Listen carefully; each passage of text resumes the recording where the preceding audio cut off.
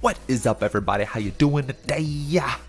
I'm doing good. It is me, Ken and Miko, aka Ocean Grass. Hi, how are you doing? Ayo gozaimasu. I was trying to remember how to say it, but anyways, today, guys, got a phenomenal thing I want to talk to you guys about. You beautiful people. Yes, you beautiful person. What we are going to be doing is talking about How to Be a Boss by Justin Kerr. Yeah, we're going to talk about this book.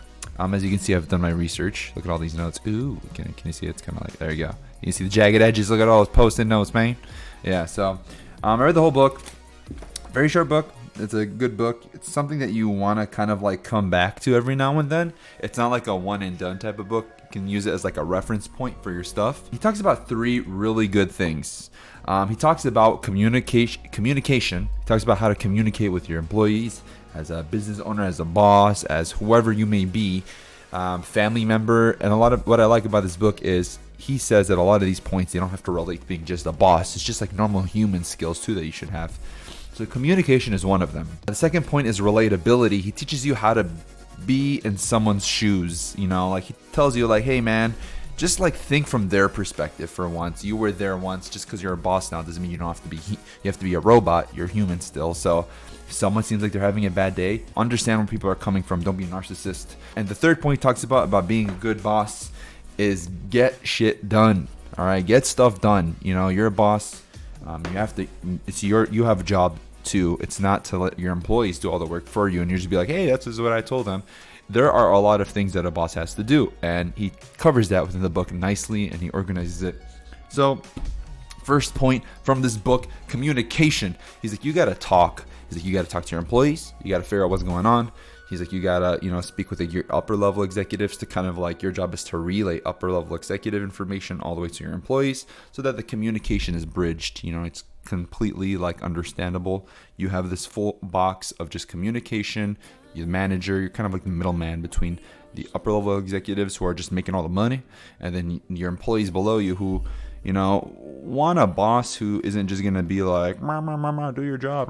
They want someone who's going to communicate with them both on a professional and a social level, like not borderline creepy, like, hey, let's go do stuff tonight, but, taking your employees out to an occasional, lunch, or just being like, hey, you okay? Seems like something's wrong. Is the day going okay?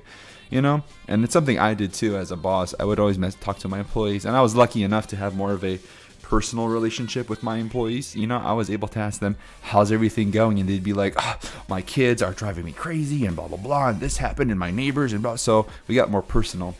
And a lot of people want that when they're talking to their boss. They want to have someone that they can vent to, who can also understand that, hey, my work may not be as good today as it was yesterday because I've been through some stuff. So the communication needs to be had. And he talks about it in multiple forms. He talks about it through email. He talks about it through meetings. And he talks about it face to face. Like he's like, yo, you need to look at these people. You need to talk to them. Kind of bridges onto my second point, which is relatability. You have to relate where they're coming from.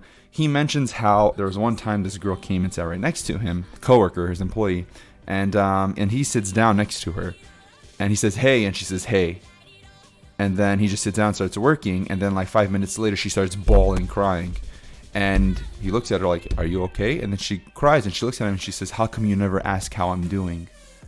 And that's pretty powerful, and he's like, I was shooketh. He's like, when she said that, how come you never ask how I'm doing? I was shooketh. And when I read that, I was like, I would be too, and because some people, you have to realize when you go to work as a boss, you have to realize that you used to be an employee. You used to work at McDonald's, you used to work at Portillo's, wherever it is, Taco Bell, hook me up, I love Taco Bell. But you used to be an employee. So you understand how life can be crazy sometimes, and sometimes you just need that break from work. Obviously, you can't take a break from work if you don't want to use PTO and stuff like that, but you just may not be good. We're human beings, and we're not going to be constantly cranking this engine. So there are days we'll have bad months, bad weeks, bad days, even for some people, bad years. There are people who, like, God forbid, like their parents have cancer or their wife got in a car accident, and the whole year is bad for them. So as a boss, your job is to like facilitate that issue that the employee may be having and bringing to work. And it's not just about like taking care of them and being a good boss, but it's also making sure that negativity doesn't spread throughout the workforce. So you need to relate to these employees. You need to talk to them. And he does a good job in this book so much about how you need to not be an asshole. Narcissism is not the key to being a good boss. And he mentions that you know what? There are so many good options and so many good routes in nailing an effective employee and boss relationship. And he just talks about it. And he says, hey, when you're reading this book, email may not be the number one form of communication, but when I was a manager, it still was. We had our weekly Skype meetings and stuff like that. So he does a good job with that. I read this book because I'm opening up a business, a coffee shop. So I was very curious. I was like, this book is recommended by a lot of people. Let me give it a read. So it does a good job for me on that. Some things may not apply to me being a business owner, because the title of the book is How to Be a Boss, but he relates to his experience as a manager. But the concepts and the ideas are still there. And he does a nice job of organizing his talking points. So for example, in this section, he's talking about how to start your conversations with your employees, in any form of matter. And he breaks it out 5 points. He highlights them. He gives you an overview, which is right here, 5 points. And then he breaks them out 1, 2, 3, 4, 5. So for example, the parts that just showed you, it was the 5 conversation starters, how to start a conversation with your employees. And the 5 points he says is, first one is say it in private. Second one is start with a question. How's your day going today? 3 says size matters. He talks about we versus you. If you say you, you're more like singling out the person. If you say we, it's more all encompassing and you're not directly targeting that person, so they're not going to feel attacked. And then he talks about context is everything, which is pretty self-explanatory, Great job, like organizing the talking points and like how to communicate. And he goes on, and there's so many topics of discussion. So he really highlights on how to communicate and how to relate to the people you're communicating to. Don't target them out. You wouldn't like to be targeted out. He teaches you how to approach people who are, who may be doing things incorrectly, negatively. And he does tell you like, hey, it's not just about being like, oh, are you okay? Are you okay? He also talks about like, hey, if people aren't making up the work, he says like, bring it up to them privately, then have a one-on-one meeting.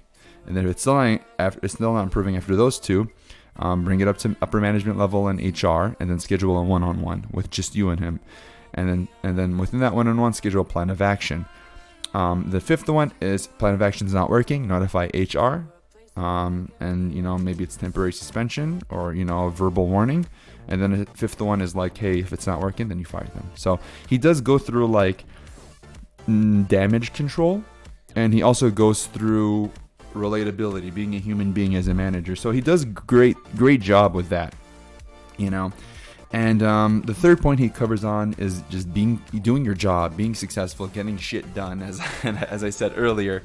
And he does that in multiple ways. He does that through telling people, hey, you need to also recognize your employees when they're putting in a lot of hard work. Like, we've been an employee before. I've been an analyst, and like even now as a business owner, I'm doing a lot of stuff, and I'm like, man, I want people on social media to recognize what my coffee shop's doing, man. Like I'm live streaming, I'm doing all this stuff, I'm planning. I'm like, oh God. So like when I post stuff on Instagram or Facebook, I'm like, I want people to recognize me. So he talks about that stuff too. Like, part of your job is not just to do work for upper level management, to communicate correctly and efficiently with your employees, but not just that, but to make sure that they are recognized. And like a prime example he gives in the book, he talks about how something phenomenal you can do is like, if you have a public meeting, just call that person out in the meeting. Just be like, hey, this presentation has been going great. I'd like to give a shout out for Cheryl for like helping me on kind of like, doing this project. She's done a phenomenal job working on the team, and she's been so good. As a manager, you have that ability, and it works wonders, because then now, like, say a position opens up as like a supervisor, upper level management's going to be like, hey man, you've been talking a lot about Cheryl. I think we want to go with her, So try to praise your employees both privately and publicly, and it's a great read. I highly recommend you read the book. It's a good book. I will be definitely going back to it. And he's got like his design is pretty nice too, like afterward. And he's got like little sections for you to read up on, like in the future if you want to come back to the book. He has multiple books. He has one called like How to Quit Your Job.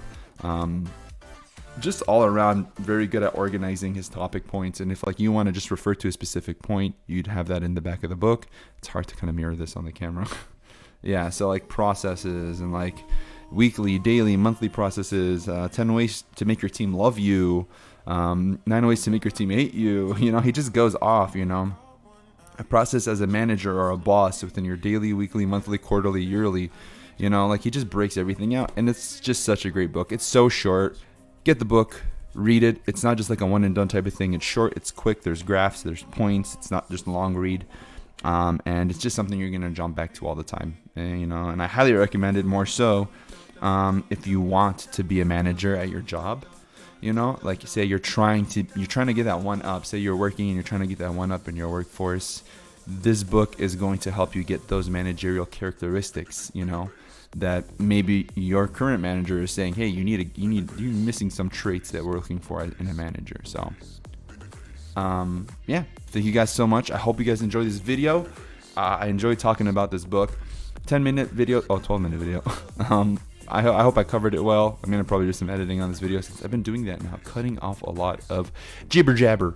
So making it nice, clean, toit and clean. So I hope you guys enjoyed this video. I sure did. I enjoyed this book a lot. Highly recommend you guys read it. Justin Kerr, you know, How to Be a Boss. And he's got other good books I'm going to probably read. I don't want to quit my job since I'm opening up my own business. So it doesn't really relate to me, but it's probably a good read. I'll probably still read it. I love you guys so much. Thank you so much for watching my video. Till later, till next time, I love you so much. Bye. Peace.